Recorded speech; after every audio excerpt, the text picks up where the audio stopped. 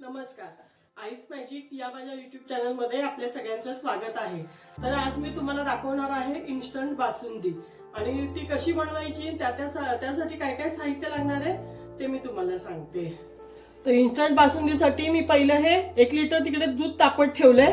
हे थोडं दूध आपण मिल्क पावडरसाठी ठेवलंय. तर मिल्क पावडरसाठी हे आपल्याला दूध लागणार आहे. ही मिल्क पावडर घेतली 1 वाटी थोडी कमी साखर घेतली आहे. हे वेलची आणि जायफळ आहे. वेलची पावडर आणि जायफळ पावडर आहे. आणि हे तूप लागणार आहे आपल्याला. आणि हे आपले ड्रायफ्रूट घेतलेत.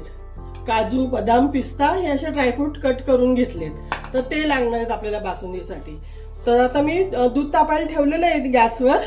तर आता मी ते दुसऱ्या गॅसवर ठेवते आणि ह्याचा आपण खवा बनवून घेणार आहे मिल्क पावडरचा दूध टाकून. तर ते बनवून घेऊया आपण. तर हे बघा, हे फुल पॅक दूध घेतलंय मी. म्हशीचं दूध घेतलंय आणि ते आता आटवायला ठेवलंय. थोडंसं जास्त नाही आपल्याला आटवायचंय, कारण आपण इन्स्टंट करतोय ना, त्याच्यामुळे जास्त आटवणार नाही, फक्त उकळून घेणार आहे. तर आता मी हे उचलून ह्या गॅसवर ठेवून घेते आणि इकडे आपला खवा बनवून घेते, इन्स्टंट खवा.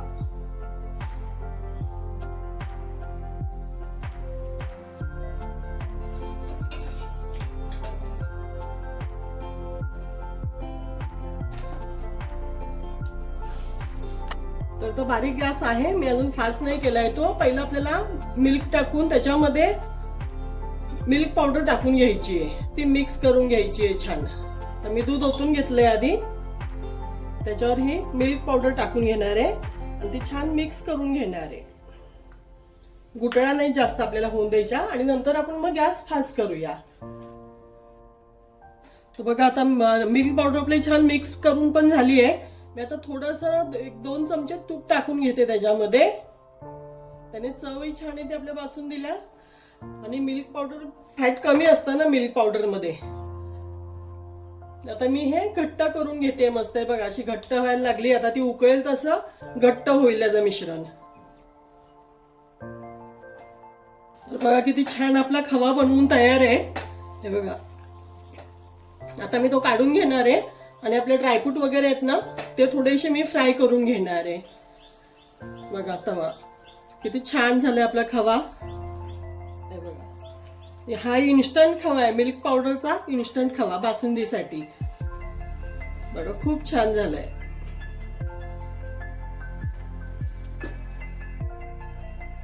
तर आता मी ड्रायफ्रूट भाजून घेणार आहे. त्यासाठी मी 1 चमचा तूप टाकून घेते. याच्यावर मी आता आपले ड्रायफ्रूट आहेत ते भाजून घेणार आहे. काजू, बदाम आणि पिस्ता.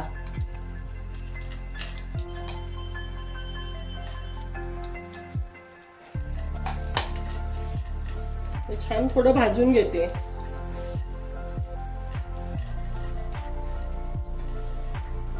तर झाले बघा आपले ड्रायफ्रूट छान भाजून झाले. वास छान येतोय खूप ड्रायफ्रूटचा. तर आता मी ड्रायफ्रूट काढून घेणार आहे आणि यामध्ये मी आता कॅरेमल बनवणार आहे साखरेचं, जे आपल्याला दुधामध्ये टाकायचं आहे. तर ते बनवून घेणार आहे आता मी. असे ड्रायफ्रूटही काढून घेतले. आपला खवाही रेडी झालाय. आता फक्त आपल्याला आता कॅरेमल बनवून घ्यायचे. तर आता मी ते बनवून घेणार आहे. तर आपला तवा तापलेलाच आहे. आता मी त्याच्यामध्ये ही साखर टाकून घेते सगळीकडे अशी जरा कॅरेमल बनवण्यासाठी. जास्त गोड नाही करत आहे. आता ह्याला आपण हलवायचं नाहीये, थोडं साखर पागळेपर्यंत हलवायचं नाहीये. आता ही साखर आपण मस्त पागळवून घेऊया. तर बघा, आपली आता साखर मस्त विरघळली गेली आहे. आपलं कॅरेमल तयार झाले. बघा छान विरघळली गेली आहे साखर सगळी. आता मी अजून थोडीशी ब्राऊन होऊन देते आणि मग याच्यामध्येच आपल्याला आपलं ते दूध तापत ठेवलंय ना, त्यातलं दूध टाकायचंय थोडं. तर याच्यामध्येच टाकून घेणार आहे मी. तर आता मी ह्याच्यामध्ये दूध टाकून घेते. बघा आपलं कॅरेमल मस्त झालंय. हे बघा खूप छान झालंय. आता मी ह्याच्यामध्ये हे उकळलेलं दूध आहे ना ते टाकून घेते. आपल्याला गरमच दूध टाकायचंय त्याच्यामध्ये, थंड दूध नाही टाकायचंय. हे बघा असं दूध टाकून घेऊन आपल्याला ते मिक्स करून घ्यायचंय मस्त. कलर बघा किती छान आलाय तो दुधाचा आपल्या.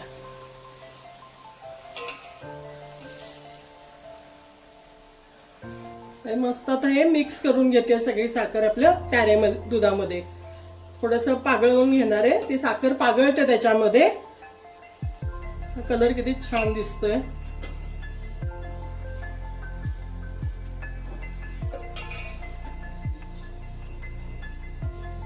बघा आता साखर आपली छान मिक्स झाली आहे. त्यामध्ये आता पण हे खवा करून घेतलाय ना तो टाकून घेणार आहे.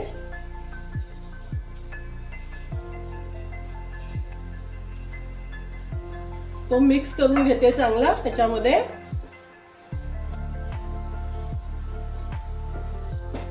तर बघा आता आपली खवाही मस्त मिक्स झालाय सगळा. तर आता मी हे ड्रायफ्रूट टाकून घेते ह्याच्यामध्ये आणि हे आपल्याला सगळं आता दुधामध्ये ओतून घ्यायचंय. तर आता दूध मी ह्या गॅसवर घेते. छान मिक्स झाले सगळं खवा आपला. आता हे आपण सगळं आपल्या उकळलेल्या दुधामध्ये सगळं टाकून घेतलंय. आता हे छान जरा एक 5 मिनिटं उकळून घेणार आहे मी. मग आपली बासुंदी ही खाण्यासाठी तयार होईल. थोडस आता उकळून घेते मी. एक 10 मिनिटं मी गॅसवर ठेवणार आहे हे. तर बघा आता थोडस हे झालेलं आहे, उकळायला ठेवलंय मी. तर त्याच्यामध्ये मी आता हे वेलची पावडर आणि जायफळ आहे थोडस ते टाकून घेणार आहे. ते एक थोडस त्याच्यासोबत एक 5 मिनिटं उकळून देणार आहे. मग आपली बासुंदी खाण्यासाठी रेडी होईल. थंड झाली की ती थोडी घट्ट होते. तर आता मी एक 10 मिनिटांनी दाखवते तुम्हाला परत. तर बघा आपली ही बासुंदी मस्त तयार झाली आहे. हे बघा किती घट्ट झाली आहे. थंड केली ती, खाण्यासाठी तयार झाली आहे बासुंदी आपली. तर तुम्ही अशी बनवून बघा. आवडलं तर नक्की लाईक करा, शेअर करा, सबस्क्राईब करा. धन्यवाद.